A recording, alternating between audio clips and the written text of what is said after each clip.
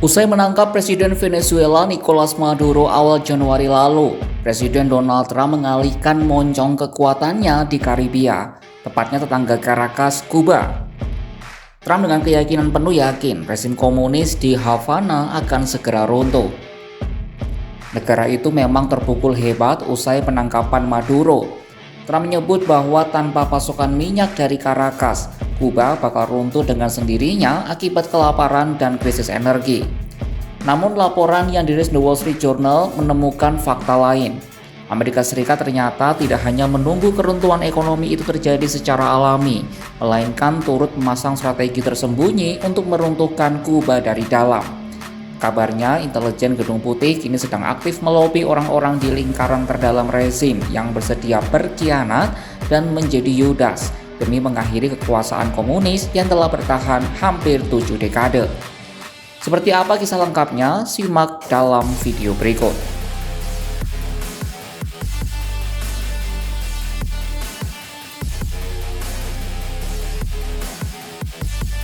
Kuba kini dihantam badai ekonomi dahsyat setelah kehilangan penyokong utama mereka di kawasan. Semenjak kepemimpinan di Venezuela berganti paksa, Kuba seakan dicekik oleh Amerika Serikat yang secara efektif memutus jalur pasukan minyak melalui blokade laut. Jalur pengiriman minyak yang selama ini menjadi napas bagi pembangkit listrik dan industri di Havana sekarang telah dihentikan secara total. Padahal selama bertahun-tahun masa kekuasaan Maduro, Venezuela sangat memanjakan Kuba dengan aliran minyak murah. Sebagai timbal balik, Maduro mendapatkan perlindungan dari pasukan pengamanan presiden dan personel intelijen asal Kuba yang dikenal sangat loyal. Saat ini hubungan mutualisme ini hancur setelah Delta Force melumpuhkan pasukan Kuba di lingkaran Maduro. Lalu kini menyita kapal-kapal tanker yang mencoba menyelundupkan minyak ke pulau tersebut. Namun langkah menutup keran minyak tersebut sepertinya dianggap tidak cukup bagi Washington untuk segera menggulingkan pemerintahan di Havana. Gedung Putih kini juga menargetkan misi medis luar negeri Kuba yang merupakan sumber devisa terpenting bagi negara tersebut. Amerika Serikat telah memberlakukan larangan visa yang menargetkan pejabat Kuba maupun pejabat asing yang dituduh fasilitasi program medis tersebut. Langkah ini bertujuan untuk menguras sisa-sisa cadangan mata uang asing Kuba yang sudah sangat menipis. Namun tekanan ekonomi dianggap memakan waktu terlalu lama untuk meruntuhkan komunisme di Kuba. Untuk itulah AS mulai mengalihkan pandangannya pada intrik politik di dalam istana, mencari Yudas yang mau bekerja sama dengan mereka.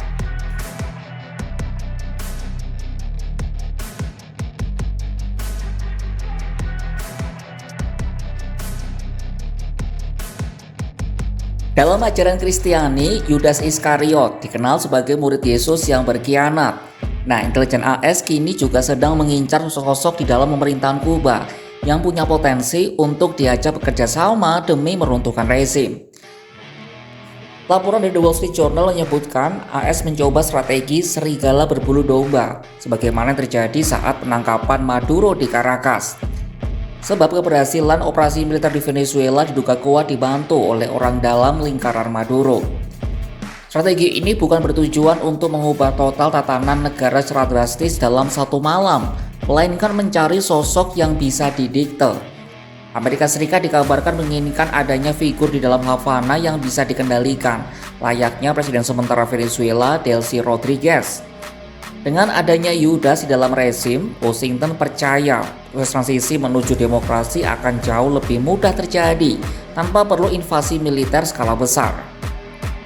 Seorang pejabat senior pemerintahan AS mengatakan Trump berupaya membuat kesepakatan jika memungkinkan. Namun fokus utama AS saat ini adalah mengidentifikasi pejabat yang mulai meragukan masa depan komunisme dan ingin menyelamatkan diri mereka sendiri atas kesepakatan rahasia dengan Washington.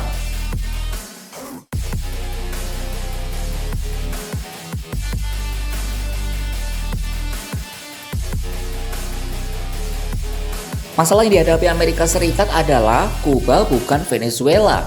Sejak era revolusi Fidel Castro, Kuba telah dikenakan berbagai sanksi ekonomi dan embargo oleh Washington. Meski begitu, Havana tak pernah benar-benar takluk pada kehendak Gedung Putih. Sejarah mencatat bahwa rezim ini telah bertahan dari berbagai upaya subversi. mulai dari invasi telur babi hingga tekanan ekonomi yang mencekik. Havana secara terbuka merespon langkah Trump sebagai intimidasi ilegal. Saat ini pemerintahan Kuba masih dominasi oleh pengaruh Raul Castro yang telah berusia 94 tahun, sementara Presiden Miguel Diaz-Canel menjalankan urusan pemerintahan sehari-hari. Negara itu juga memiliki struktur militer dan intelijen yang dikenal sangat solid, setia, dan sulit ditembus. Upaya AS untuk meruntuhkan Kuba pernah dilakukan pada era Presiden Barack Obama, tapi gagal. Ricardo Zuniga, ex-pejabat era Obama yang terlibat dalam normalisasi hubungan dengan Kuba pada tahun 2014 hingga 2017, memberikan penilaian skeptis terhadap rencana Trump. Ia menambahkan struktur negara Stalinis di Kuba sangat berbeda dengan Venezuela karena hampir tidak ada ruang bagi oposisi politik atau masyarakat sipil untuk berkembang. Upaya Amerika Serikat untuk meruntuhkan Kuba kini memasuki fase ideologis dan agresif.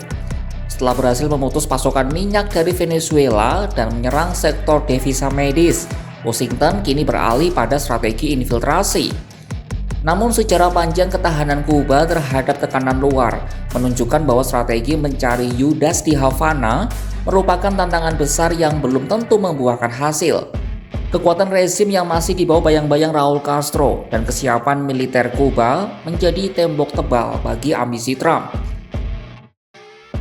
Maka keberhasilan strategi Trump pada akhirnya akan sangat bergantung pada apakah krisis ekonomi yang terjadi saat ini benar-benar mampu meruntuhkan loyalitas elit komunis Kuba yang telah terjaga selama puluhan tahun. Saksikan kabar lainnya hanya di kanal YouTube Kompas.com.